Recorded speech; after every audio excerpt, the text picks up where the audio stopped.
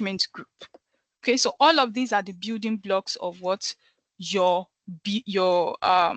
blueprint, Azure Blueprint. So what is the main, let me just go ahead to,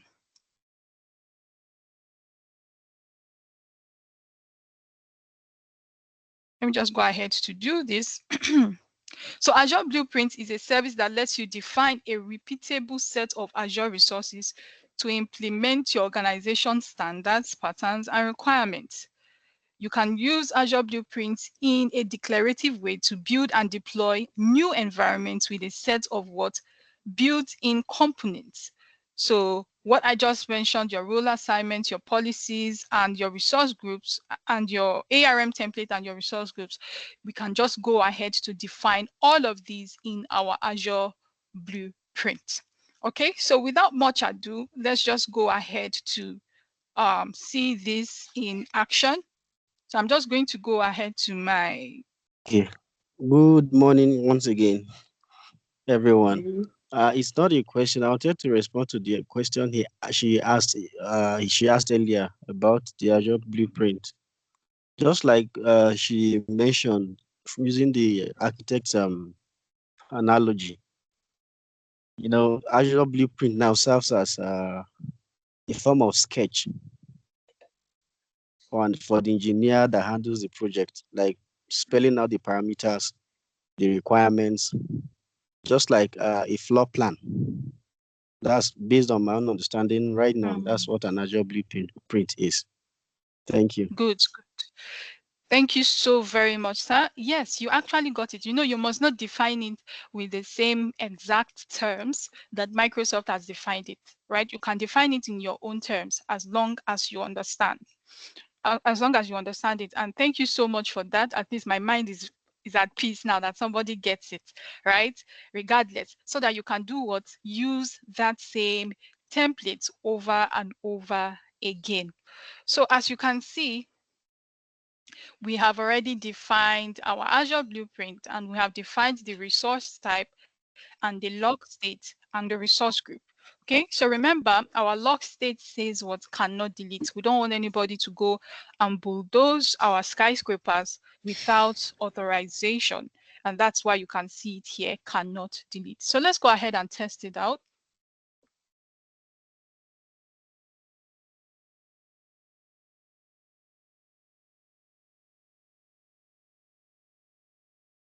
So let's just assume, let's just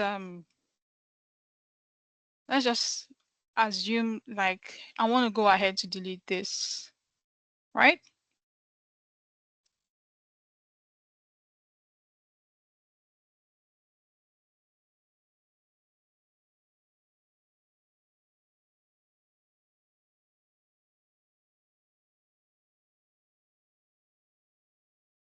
So it's going to throw an error to me that what?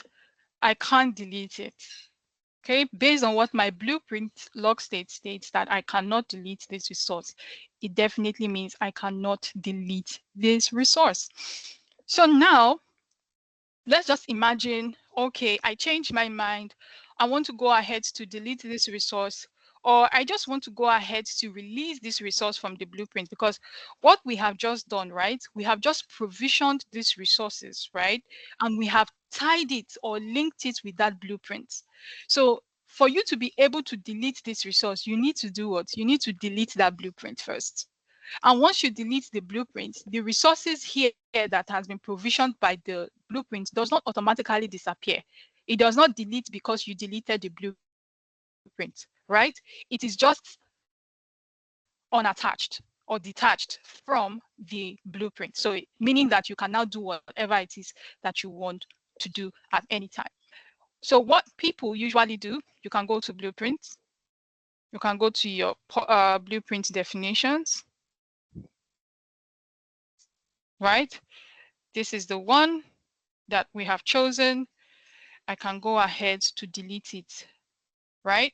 So I go ahead to do what? Delete. So everything here, the parameters I've specified will be completely deleted, but the resource has already been provisioned, right? So because the resources have already been provisioned, if I delete all these parameters and all of that, it doesn't mean that they will be deleted. It's just that they are going to be what? Free from this blueprint policy. So let me go ahead to remove the log state. Let me go ahead to remove the log state.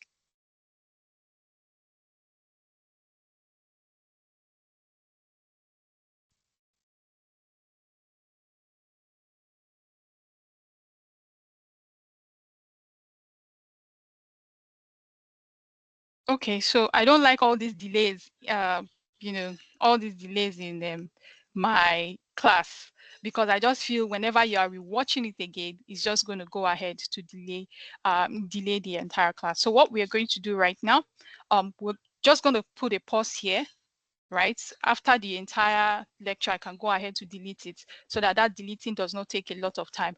Let's now move on to our next topic of the day, okay, so that we can cover up enough time. So the next topic we have here is what is our Azure web app.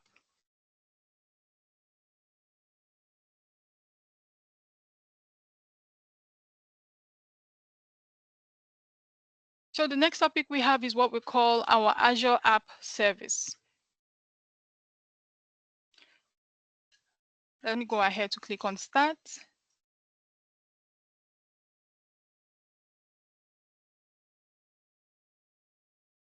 So I love the way this class starts. It says your company is considering moving their web apps to the cloud, and you are asked to evaluate an Azure app service plan. Okay, so definitely what this is telling you about is telling you about the evaluation. What exactly do you think that you need to consider before moving your organization's app service plan to the cloud, or web apps to the cloud? So I'm actually looking for a particular definition, but I think I clicked on the wrong Microsoft training, but not to worry.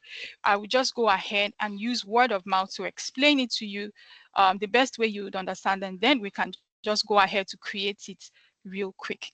Okay, so now let's go ahead to talk about app service. So what exactly is app service? App service in Microsoft Azure provides what? Web hosting plans for our application. So let's just imagine that you are a web developer, right? You develop applications, you develop stuff for organizations like softwares and all of that, right? You need to host it somewhere, isn't that so?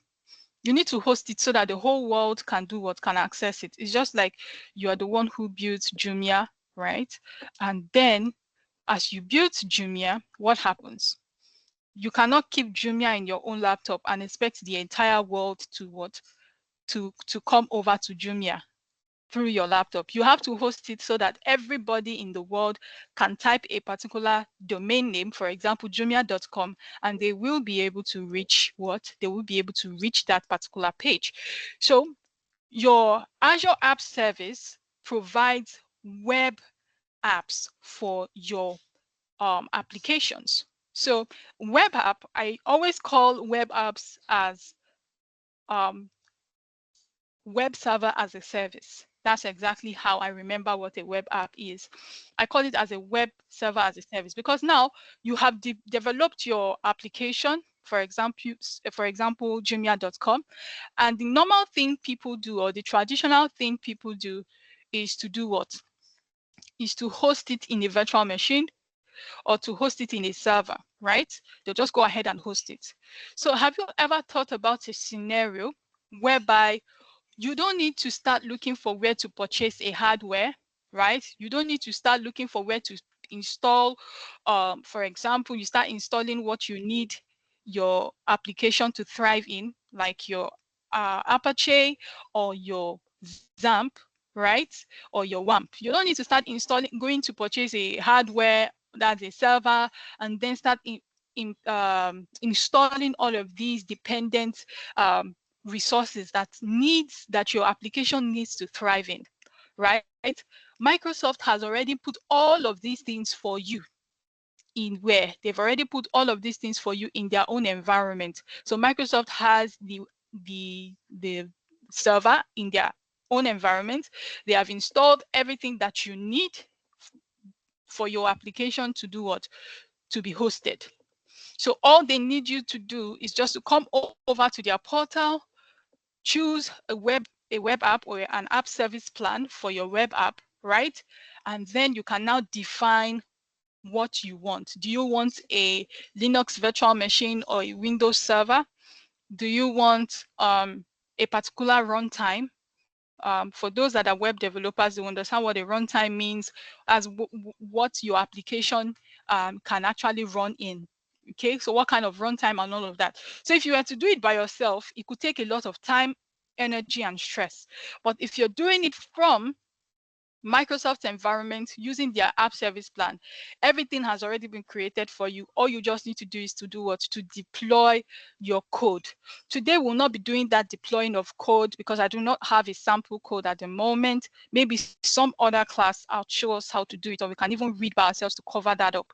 I'll just go ahead to show us how to create our web app in Azure. Okay, so while we are still talking about web apps, I would also want to introduce us to what we call Azure Functions. Okay, so Azure Functions is a serverless solution that allows you to write less code, maintain less infrastructure, and save on cost. Okay, so while Azure App Service is more like your web server as a service. For example, it's more for your traditional web hosting activities. Your Azure Functions, right, is a serverless solution that is used for background tasks. For example, let's use a let's say an IoT, internet as a service. You know, this automated environment whereby you can go to smart homes and then you can go ahead to tap or click on something, and when you click, for example, if you click on green, the door knows that you mean to open the door, right? You click on red, the door knows that you mean to shut the door. You click on amber, the door does something else. So for those kind of short codes, very short codes and automated services, right? You can go ahead to use what we call Azure Functions. So Azure Functions are event driven, meaning that just like I explained with the door, I want you to do so and so thing after so and so thing, right? So it looks for something, it looks for what you're about to do, then it does another thing, right? It does the corresponding thing. For example, you choose the green button and the door opens and all of that. So for something like that, of that nature, you go ahead to use what we call Azure Function. And the reason why it is serverless is because you don't need to, just like your web app, you don't need to start looking for what um, your own server to host it. You don't need to start looking for the independent components or the dependencies rather that is needed for that code, right, to thrive. You don't need to look for all of that, right? Everything has just been embedded for you. All you just need to do is to create your Azure Functions, and then you give it what you want it to do. You tell it what you want it to do, and it goes ahead to do it.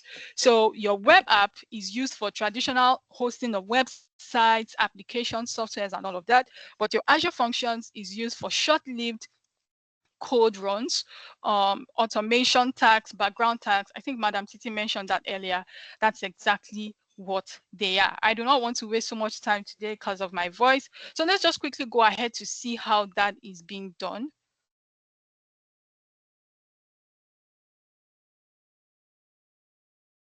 So the very first thing I need to do here is to go to App Service.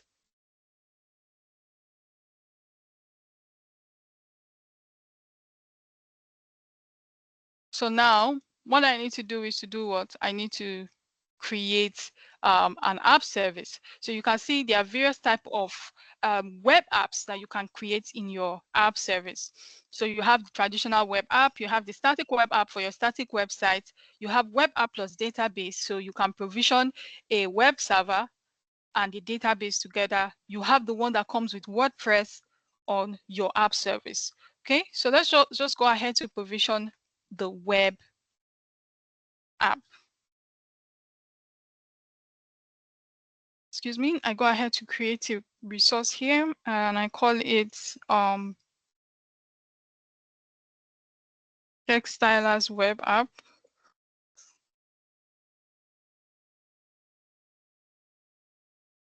So this is where the your URL, how they will reach your application. So I can go ahead to call it um,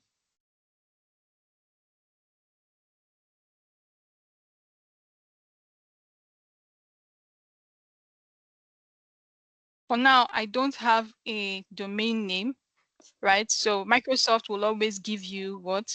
Microsoft will always give you a default domain name. When you provision your own domain name, you can now go ahead to use it. So I can go ahead to do that, textilers.azurewebsites.net. And then how do I want to publish? Do I want to publish a code or do I want to publish using a container? Right? We'll talk about containers as we go further. So let me just go ahead and use a code so that containers does not confuse people that don't understand what it is. So what kind of code? I want to do a .NET. You can do Java, you can do PHP or Python. So let's go ahead to do, let's even go ahead to use something simple, Python, right? And I want it to be on a Linux operating system, right? So the region I want to use East US, or let me use South Africa.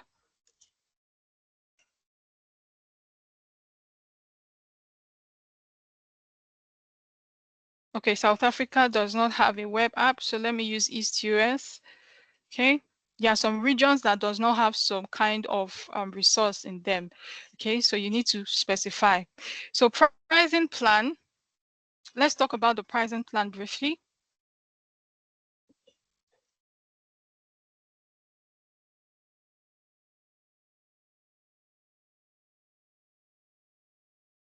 So I'm seeing this is going to take some time. Okay, great. So we have the free, right? We have the free pricing plans, we have the premium, and we have isolated, and we have standard.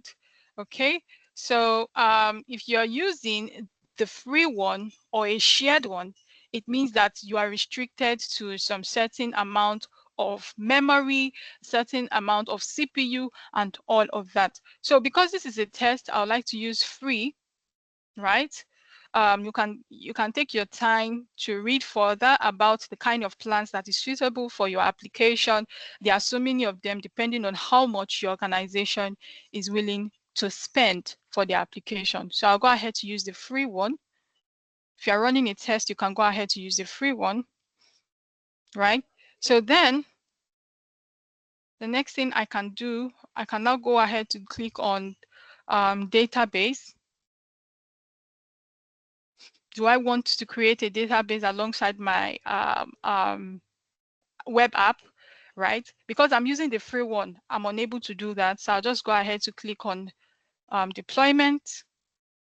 Do I want to use CI/CD as continuous deployment, right? Do I want to use CI/CD for this? I can decide to say disable or I can decide to say enable. If I should go ahead to say enable, I can go ahead to use what we call GitHub Actions when deploying my web app. But because I'm using the free one, it doesn't let me do that. The next one is what?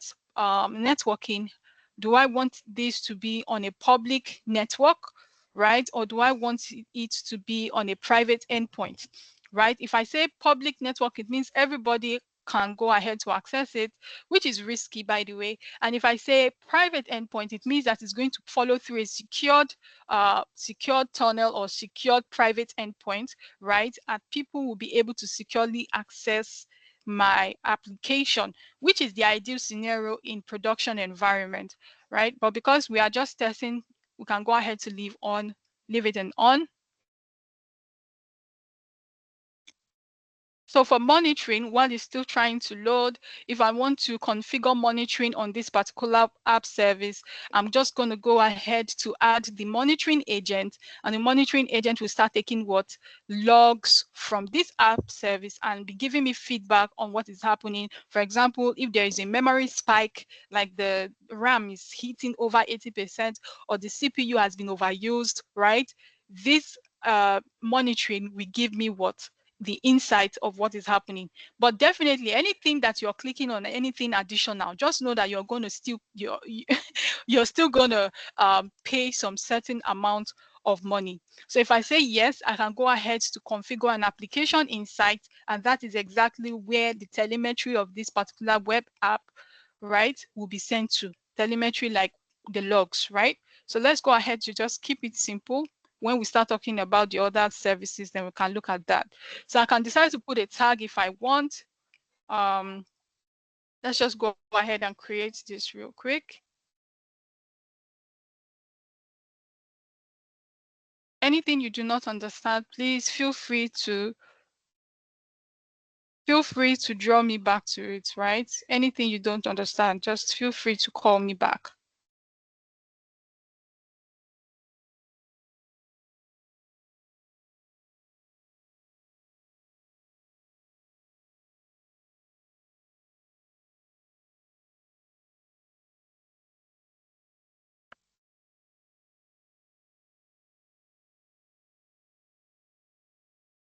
So it's still trying to verify the parameters that I chose before I can go ahead to create. That's why it's saying validating. Okay, so there's a parameter that I chose that is actually not right. Let me go and see what that is.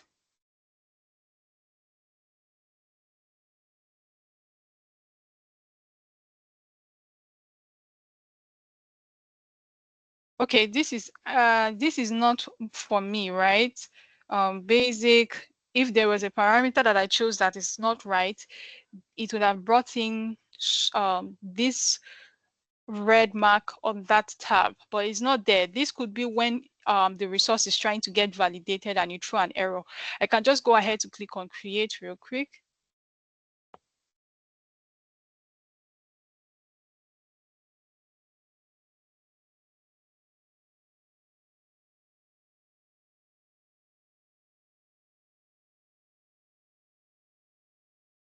So I just wait for it to go ahead to deploy. So the deployment failed. Let's see why it failed.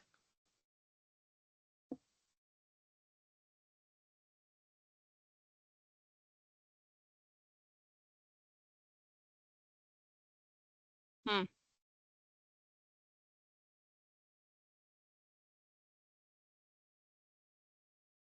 Okay, this is just the validation that failed.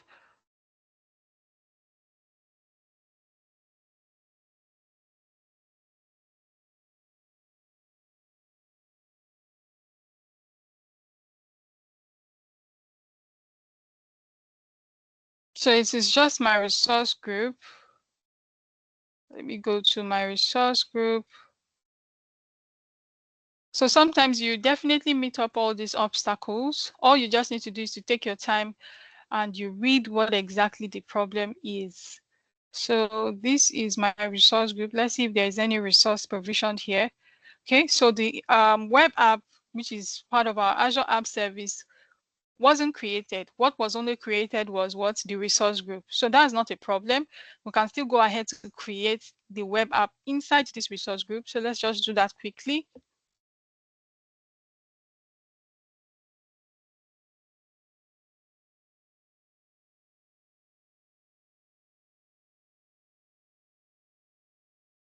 So what we can do app service.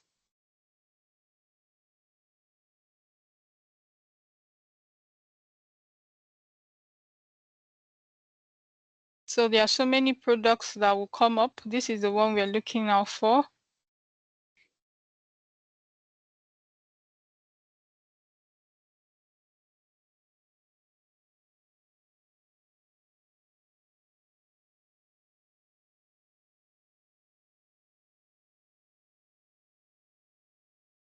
So I'll just go ahead and quickly repeat this again.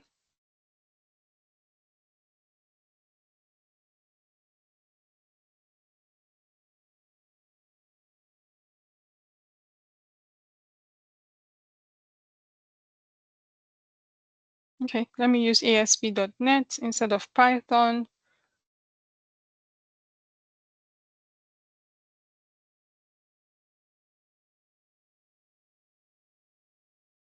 So I'll leave everything as they are. You already know what all of these are, right?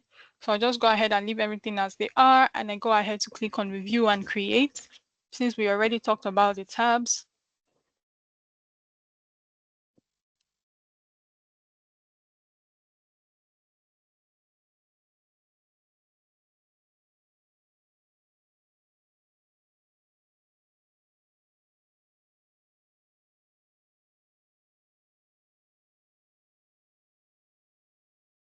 So I can just go ahead to do create.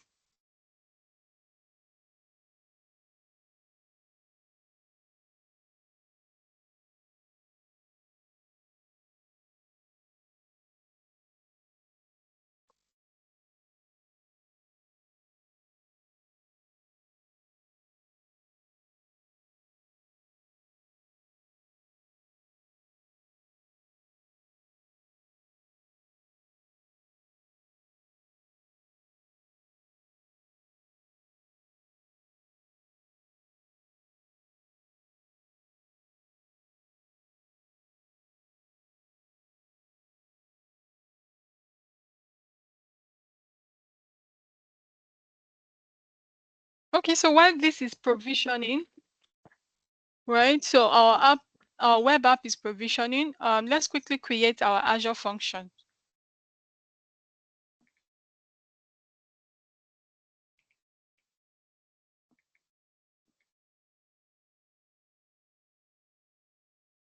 So we're going to create the Azure function real quick. Then we'll come back to this so that we don't waste so much time.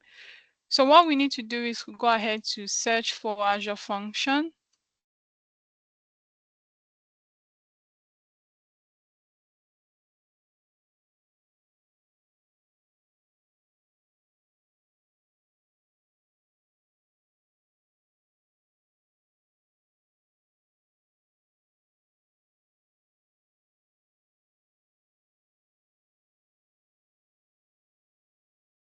Okay, so our web app is completely created. Let's just quickly review it, then we'll go back to Azure function.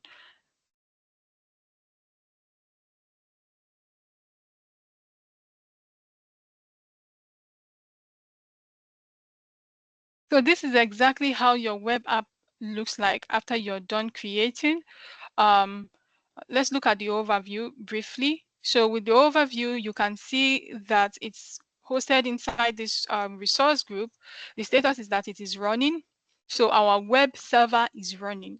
Okay, our web server is running, and inside the web server is our ASP.NET, right? That is what we're using for our runtime, ASP.NET. Then we have what's our service plan, our app service plan, which is the free plan, and it's running on what? A Windows operating system. Okay, so if you can look at it, you can see the outbound IP addresses, the additional outbound IP addresses that are configured here. You can also see the default domain. Remember, I said that we don't have a custom domain, for example, jumia.com. So Microsoft always does well to give us what? A free a free default domain. If I want to configure my custom domain, all I just need to do is to click on this custom domain and follow the prompt so that whenever people go to my custom domain, they will see the application. So let's go ahead and check what we can see over here. So this is my temporal URL, okay? So you can see your web app is running and waiting for your contents. So this is exactly what they will see when they visit this particular site. So if I'm a developer now, what I'll need to do is to push all my code into my web app. And once I push all my code, for example, the layout, just like your Jumia.com, I push all my code there and I configure my custom domain by clicking on this add custom domain and following all of the principles. We may not be able to cover that in this class, but it's just easy.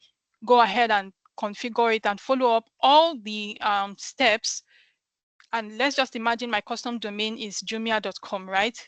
Time I go to jumia.com, I will be able to see my application running. So this is just a validation page saying that my application is running and is waiting for my content, my website content, right? Or my software content, whatever it is that I want to use it for.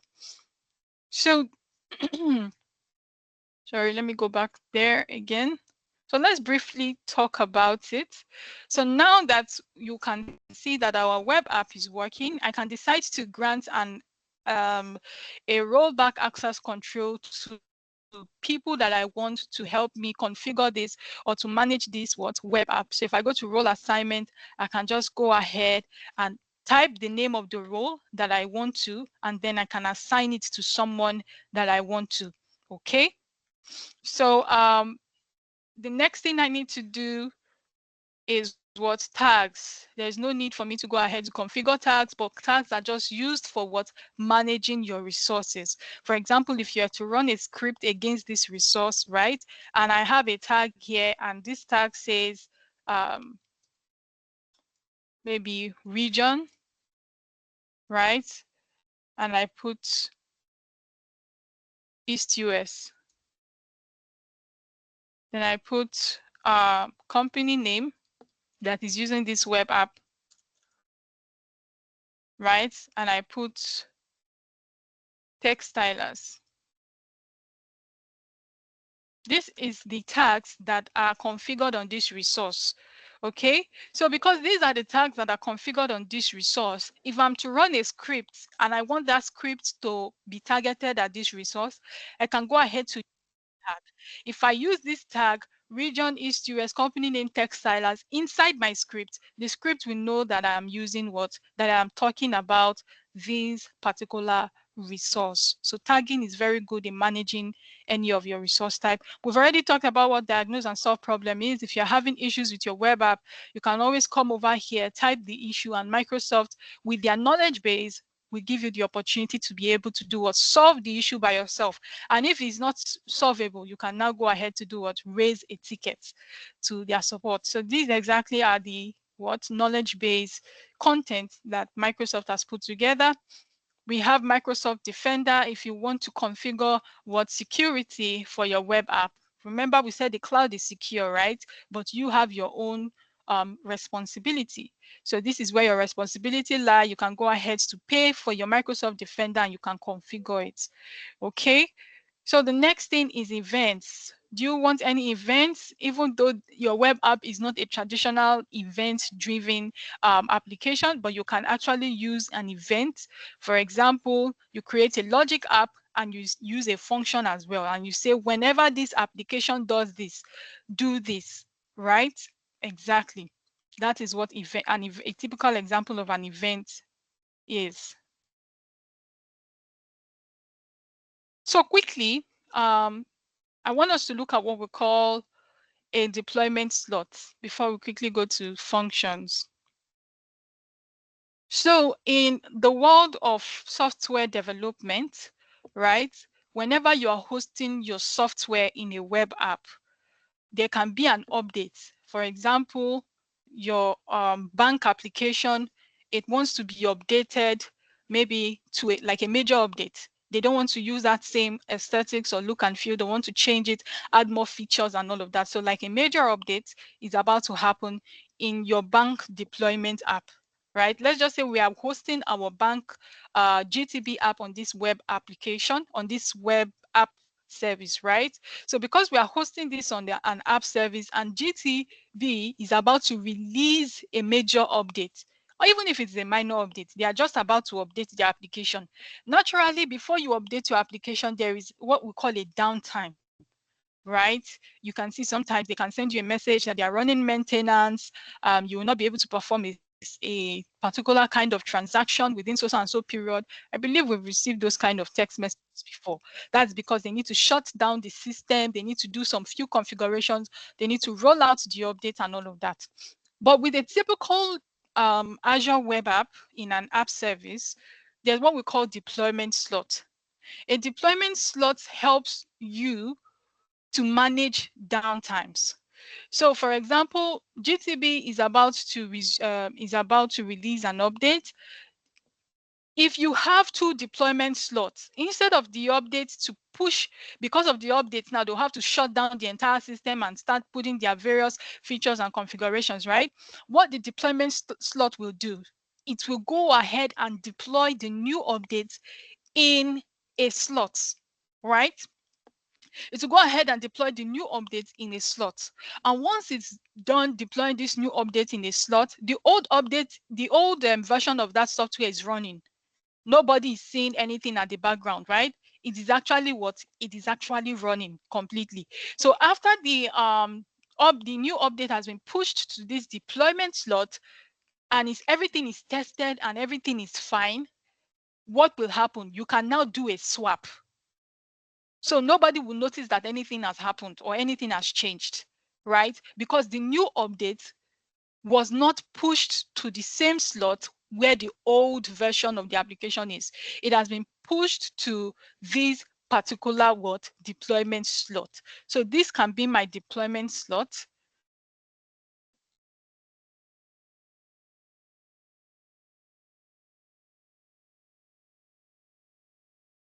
Clone settings from, it will clone the settings from the first version.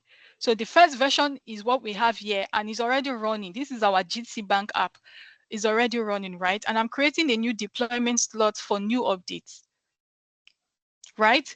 So as soon as this deployment slot is done creating, the software developers configuring the CI/CD pipeline and all of that, and as soon as they push their code, the new changes through the pipeline, it gets to this new deployment slots, okay, that is being created.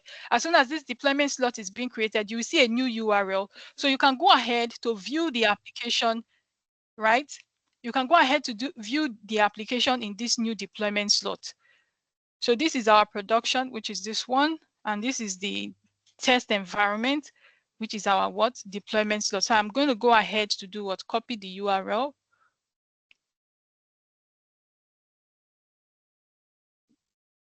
So the new updates, anything GT Bank is doing, anything GTB Bank is doing in their latest update, it will be sent to It will be sent to this particular deployment slot. It will not be here. This is the one we all are looking at, the old version. So once they are done putting it here, testing it, and everything looks good, they can now decide to do to swap. Okay. So if you look at here, is what we call swapping. So as soon as they are done configuring and everything is good, they can now swap the old one for the for the new one. Okay. So I can now decide to now swap which one do I want to be the production. I want this new updates to be the production, and then automatically the old one will now be the test environment. Source and destinations cannot be the same. It's not allowing me to change.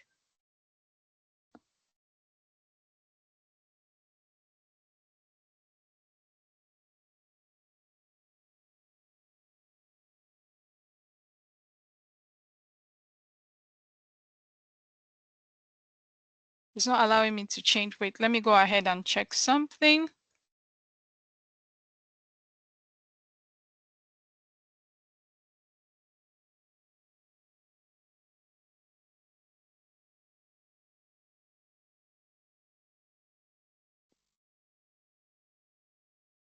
So let's see if the swap is going to be configured.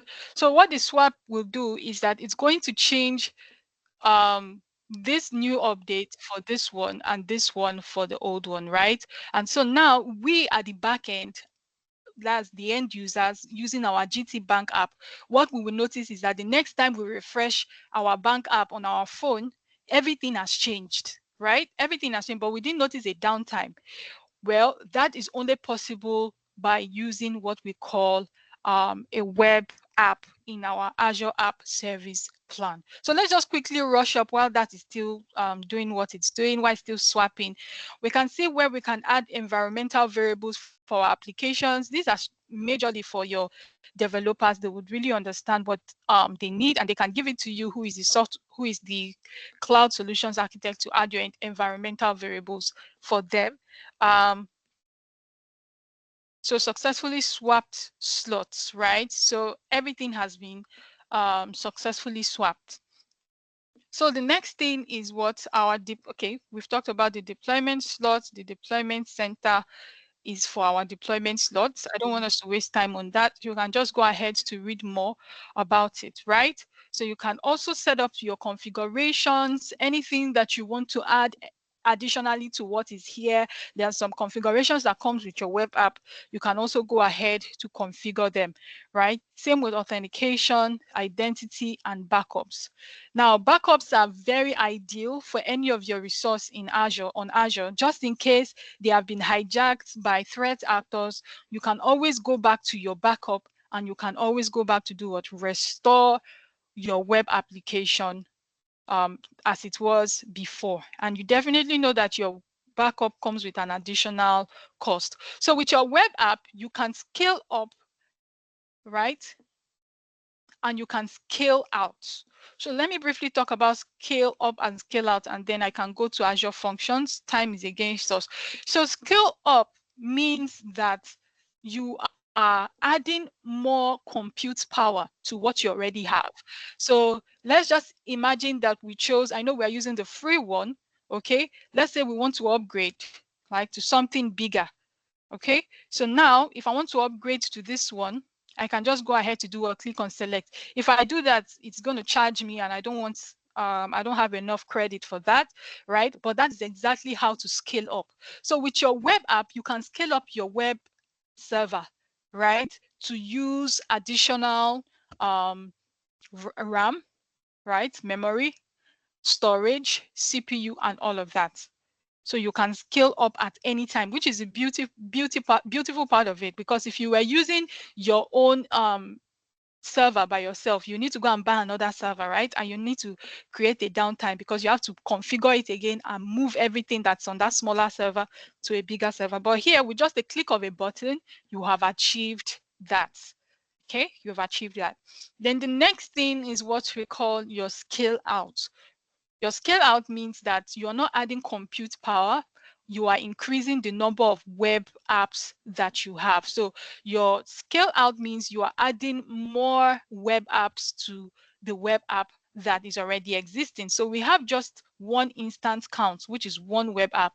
So you can automatically add multiple web servers without stressing. So I can decide to add an additional web server, 2, or I can even make it 3, right? And if I click on save, automatically my web app will be multiplied by 3. So I'll now have 3 web servers running for my application. So I can do this at any time I want, right? Or I can make it a rule-based, in the sense that it's going to use a rule to determine how it is going to multiply itself. So the rule base can be, when my CPU hits 80%, multiply this web app by 2, make it 2.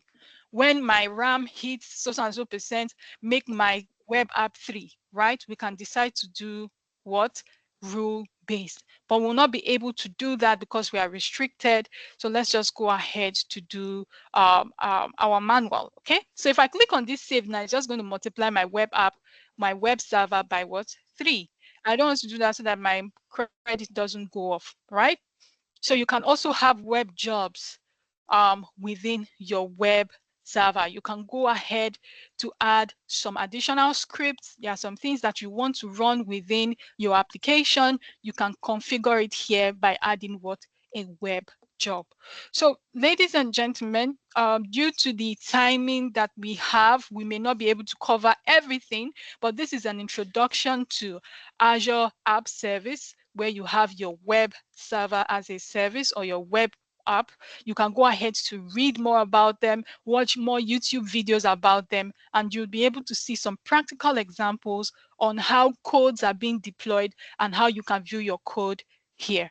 Okay, so quickly, let's go to our Azure functions. So I'll go to my resource group again.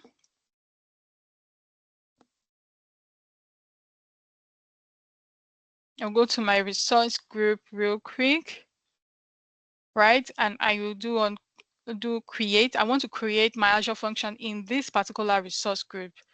Okay, so you can go ahead to type function here. I know I saw it somewhere, so let me just type function. Okay, I didn't spell it correctly.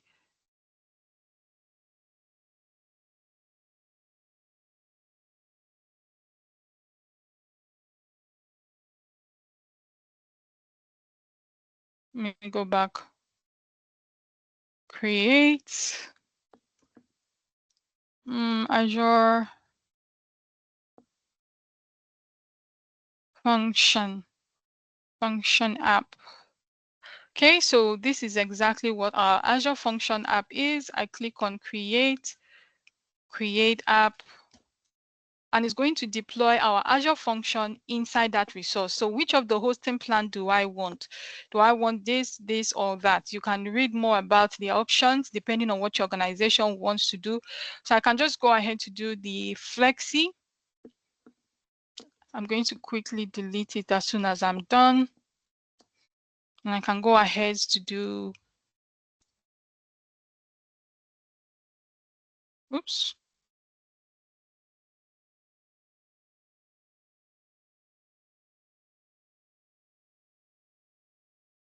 So the runtime, just like we did in our other web app, right? And I'll just leave everything the way they are. I can go and configure my storage. So your Azure function requires a storage to function, a storage account, okay, for modifications and every other thing, as well as diagnose probes or telemetry and all of that. But it definitely requires a storage account for it to function. So let's go to Azure Open AI. Do you want to configure an AI with it?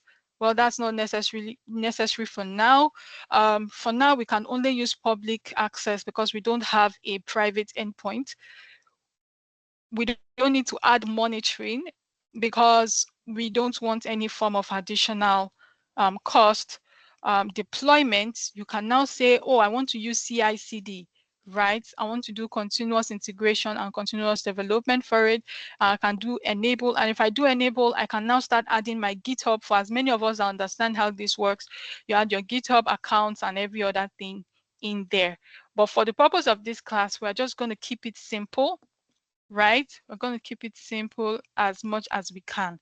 So authentication, this is exactly where all the authentication is going to happen within our what?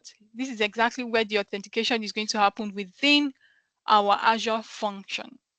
Okay.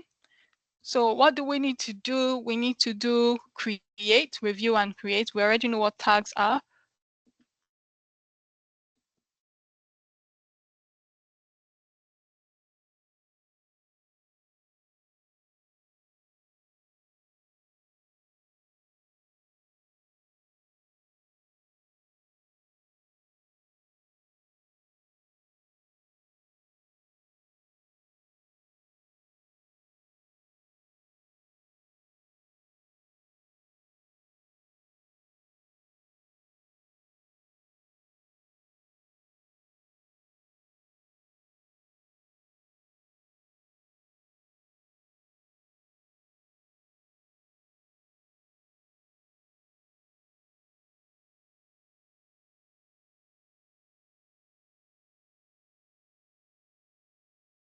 So it's creating. So while it's validating so that we can go ahead to create, okay, thank God it's deploying already. Do not forget the difference between your Azure function and your web app. So I'll just go ahead and reiterate it again because a lot of people confuse both of them.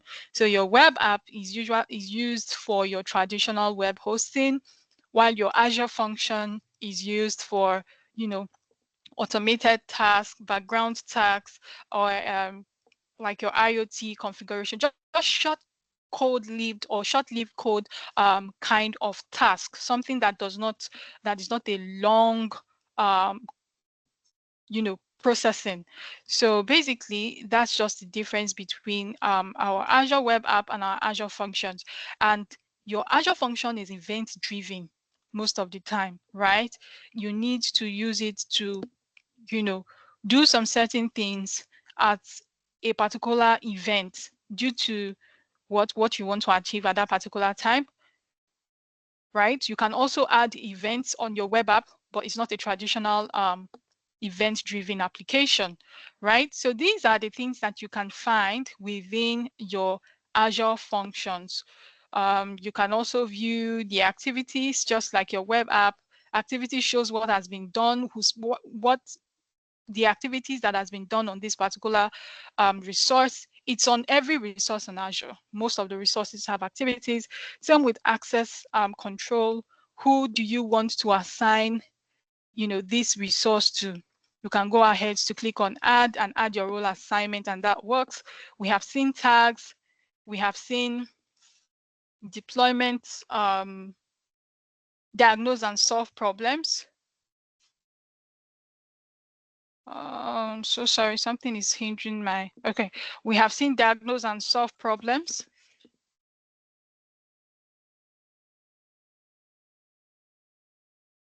So we have seen diagnose and solve problems. We have seen Microsoft Defender. We have looked at what Microsoft Defender can do. That is for integrating what we call security to your application. And we have our events as well, right? And then if you come over to deployment, we have your deployment center. Okay, you have your deployment center just the way we have for our web app. Okay, but the most important part, which is where I want to take us to, but let's just wait for this deployment center to come up so I don't need to come over here again. So this is exactly where you have all your deployments headed. So is it configured to what? Your GitHub or your Azure repos? Where is your code? Is your code in GitHub or Azure repos? Okay. This is where our function is. So we have our app keys. Okay. We have our app keys. Go ahead to use your app keys for your authentication, right? So you can see that this one is completely different from what? It's completely different from your web app, right? It's not like your regular web hosting kind of thing. Is completely different. And just like we explained for short-lived code, for automation, or for background tasks, that is where you can go ahead to use your Azure functions. And just like your web app, you have the settings for adding environmental variables, your configuration, deployment settings, and all other kind of settings that you will want to be applicable here. Okay, we also have what we call scale and concurrency. Unlike your web app, right? Unlike your web app that you can do scale up and scale out. For your Azure functions, you don't do scale up and scale out per se. Um, it's more of a dynamic approach, right? It's more of a dynamic approach. Like whenever your system requires your Azure function to become bigger, right, in terms of memory and all of that, it just goes that way. And that's why you have what? You have triggers. You have triggers here, right? So this is completely different from our Azure web app. Okay, so with the trigger, if we're using a HTTP trigger, we can specify the instance count. Okay, and this trigger, let the instance count be 2. 3, like that, and all of that. So it's completely different, okay, than your web application. So this is exactly how it works. For scaling out and scaling up, it works in a dynamic way, dynamic approach based on what your instance or what your application needs to run at that particular time. Unfortunately, we might not be able to express this in a way that is glaring or in a way that you would see it happen, right? But we always encourage you. This is an introductory class. Just go ahead, dig in more, watch more YouTube videos, see how developers, right, integrate their codes to Azure Functions and Azure Web Apps and see how they turn out to be after the integration is done. So you can just go ahead to play around all of this, if you have an environment. That's why we always keep telling you, please try as much as you can to have your environment. So all these things does not look like new to you anymore when you start practicing and configuring it yourself. Okay, so it's dynamic for what? For a function app, but you can scale in and out automatically and manually using your web application. Okay, so yes, we're